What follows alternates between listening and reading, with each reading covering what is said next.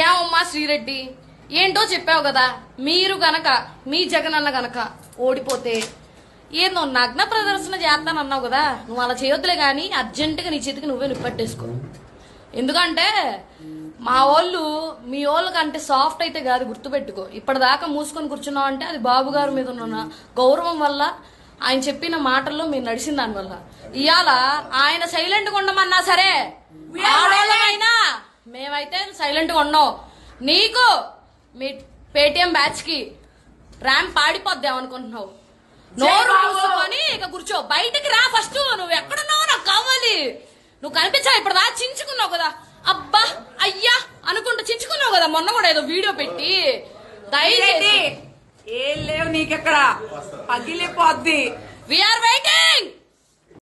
ఈ ట్రోలింగ్లు వెక్కిరింతల గురించి భయపడుతూ కూర్చుంటే కుదరదు జగనన్న. మన కార్యకర్తల్ని రోడ్ల మీద పడేసి ఆ పచ్చ టవల్స్ కప్పుకుని వచ్చిన మంద మన వాళ్ళ మీద పడుతుంటే మన వాళ్ళు ఏం చేస్తున్నారు నాకు అర్థం కావట్లేదు. లేదా ఈ రౌడీ రాజ్యంలో ఉండటం కొంతమందికి ప్రాబ్లం అయితే కనుక ఆంధ్ర విడిచి రండి బయటికి.